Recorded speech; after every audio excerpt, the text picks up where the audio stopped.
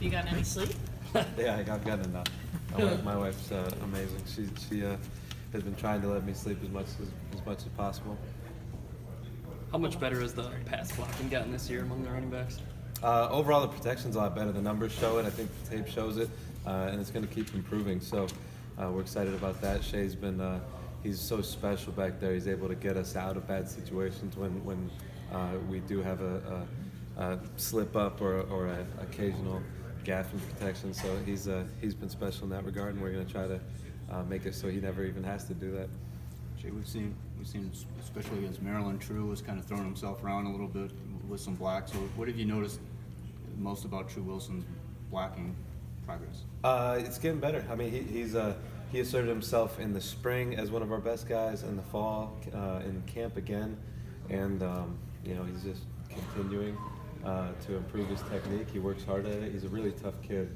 And it displays he's not scared of anybody, and he's doing a better job playing with leverage and unloading on some people. So it's fun to see all the hard work kind of be on display in a way that everybody notices, because that's a kind of an unheralded thing, and so it's nice for him to have that come to fruition.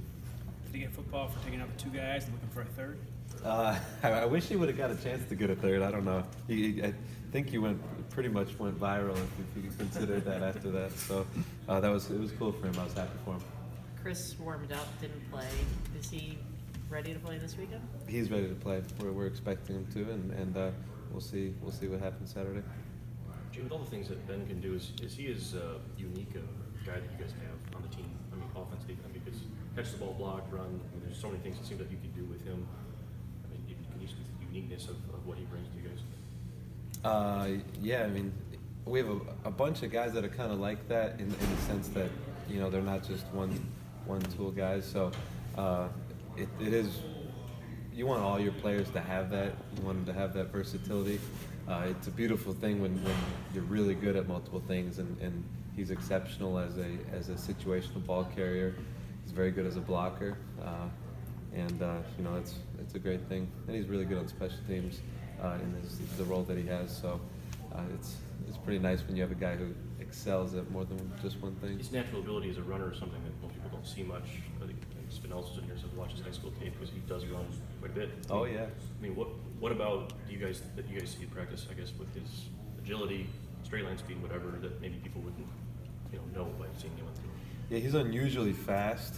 I mean, he's like he really gets going quickly, and he's like a train, just runaway train, just barreling down the track. I mean, he's I think that's the thing that surprises people, and just the physics of it. He's hard to tackle because he weighs a lot. Yeah. So it isn't that complicated. It's really fun to watch, and it's the kind of thing that everyone else appreciates it because they see how hard he works, how hard he lifts, what he's like in meetings. So everybody kind of rallies behind him because it's a very genuine love for Michigan and love for football.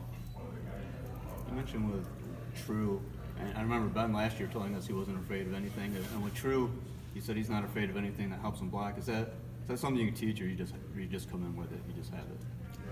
I think that's kind of something you have, not necessarily by birth, or just I think the way that you're raised. That there's a little bit of that, your contact courage, how willing you are to kind of put your face in there and hit somebody or get hit. I mean, you typically don't see guys improve that much at it, but both those guys, they got some natural toughness to them, and they work hard at it. I think Tru is scared. He has a snake. I don't know if you've ever heard this, but he's actually scared of his own snake. You should ask him about that sometime. He's scared. I think the snake has frightened him a few times, so I don't know that he's totally impervious to scary things.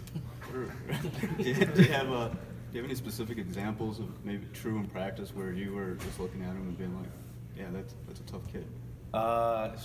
Just pass pro, and throughout spring and fall, playing against the best defense in America and the best linebackers in America, numerous times where he steps up and makes a great pickup, and it's a big collision, and you're like, okay, wow, I mean, this guy's really worked hard at this, and it's paying off. Did you guys put that clip of him taking out the blitzing linebacker and then pancaking a guy in some sort of special case of here's how to do this, or you guys think that out? No, but I mean, it's obviously exemplary, and obviously the actual block itself was great, but the hustle is something that we really appreciate, and having that be the standard is really what we're going for. And you see it from the other backs. A lot of times it goes unnoticed, but guys carrying out fakes with great effort and intensity, and trying to draw the defense's eyes to them. And there's other ways too, but that obviously is kind of the gold standard for effort, is just assuming that you pop up on your feet and that you're going to be useful to the play. You're not going to wait and see and look around and see if you're necessary and then go into to spectator mode. You know, that reaction is exactly what we're looking for. Brian's rushed the ball for 55 times in the last 2 games. What's it like to see him kind of? I mean, I don't watch their offense, so he seems like he's pretty good. I mean, he's a good. But I mean, he's a good. I'm not trying to be Right. But I mean, he's a good running back. So. I'd be terribly uninformed to comment on their team's running back. Their running backs coach could probably do a better job than me, or one of our defensive players. I guess I was looking at it from the angle of, I mean, he's a good running back. He does things well. Is there anything that you would take that he does and translate to your guys? I'm with it, but still, I don't know. I don't know. I see what you're trying to get at. I'm not informed enough to comment on that. Okay. Jay, is it kind of tough getting everybody carries? You've got like 5, 6 guys that have proven they can carry the ball, maybe only 30, 25 carries to work with per game. How much of a challenge is that? Not so much a challenge as it is just it's fun. I mean, you have a guy that you trust that's running the ball great, and you want to let him really do his thing, and then there's situations where, hey, this guy runs this play better, or this guy is great in protection, and he knows this protection really well. Let's spell Karan at this time, and let's get Chris in to run some of these types of runs that he excels at. So it's more fun than anything, you're finding ways to get these players displaying their God-given abilities and all the skills that they work so hard to develop. It's cool, and you like to be able to move the ball and have a lot of carries so everyone does get more. But you just kind of go through the flow of the game and see what happens. How has Jared evolved since you acquired him at the fullback position? Acquired? It sounds like I traded for him or something. He's been phenomenal. He's gotten so much better and takes every day really seriously in terms of the mental side. He trains hard. He's very tough. He's willing to endure big collisions, and it was nice to see him score last week and go crazy and have the stadium go nuts. It's fun to see guys have success and have their hard work pay off. So he's a guy who's done everything the right way, and it's showed up big time. Time for a couple more for Jay, if anyone has anything further. Mike was here just now saying he's sensing a different feeling among the players, a confidence. Are you seeing that as well? He said across the board, not just on the defensive side. Mike. Zorch. Oh yeah. He was I just should here. have that. Yeah. We always call him Z. So Sorry, I don't I've call him literally Z. never called him I'm not Mike that in my hip. entire life. I was like, oh, Mike. He was saying that we're more confident. Yeah, I mean, I asked him specifically about Devin Bush, saying their mantra is you got to come in and beat us. Yep. And he said that's sort of Yeah. seeing a swagger. I think we're a confident team right now, and I think our guys are mature enough that it's confidence and it's not arrogance, and they understand that you have to prepare to win the game. You got to win the game on Monday, Tuesday, Wednesday, etc. And you get a whole team approaching it like that. I think that's a really healthy confidence, and so I would say that I see the same thing from the offense in terms of our prep. How much of that stems from Shea? You think his presence? Z was crediting Shea for that. Z, there you go. Yeah. Felt good, huh? No, it didn't. It felt weird.